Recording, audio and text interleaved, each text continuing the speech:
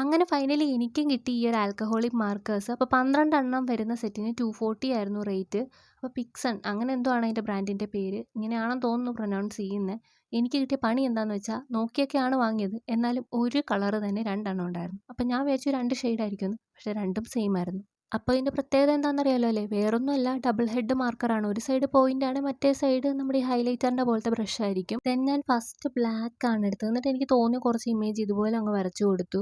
പിന്നെയാണ് ഞാൻ ഓർത്തത് ബ്ലാക്ക് അല്ലല്ലോ, ബാക്കിയുള്ള എല്ലാ കളറും ടെസ്റ്റ് ചെയ്ത് നോക്കണ്ടേ. അപ്പം ഞാൻ ഓർത്ത് വെറുതെ വേസ്റ്റ് ആക്കണേലും ബെറ്റർ ബുക്ക് മാർക്ക് ഉണ്ടാക്കണമാണല്ലോ. അപ്പോൾ ഇതുപോലെ ഒരു കുഞ്ഞു പേപ്പറൊക്കെ എടുത്ത് ഡിസൈനൊക്കെ തോന്നിയൊക്കെ വരച്ചെടുത്തിട്ട് എല്ലാം ഇതുപോലെ ഒന്ന് ഷെയ്ഡ് ചെയ്തെടുക്കാമെന്ന് ഓർത്തു. അപ്പോൾ നമ്മൾ ആദ്യം ഷെയ്ഡ് ചെയ്ത് കഴിഞ്ഞാൽ അതിൻ്റെ പുറമെ ഒന്നുകൂടെ വരച്ച് കൊടുക്കുകയാണെങ്കിൽ കുറച്ചുകൂടെ ഡാർക്ക് ഷെയ്ഡ് കിട്ടും. പിന്നെ അതങ്ങ് ഡ്രൈ ആയി ബ്ലെൻഡായി അങ്ങ് പൊക്കോളും.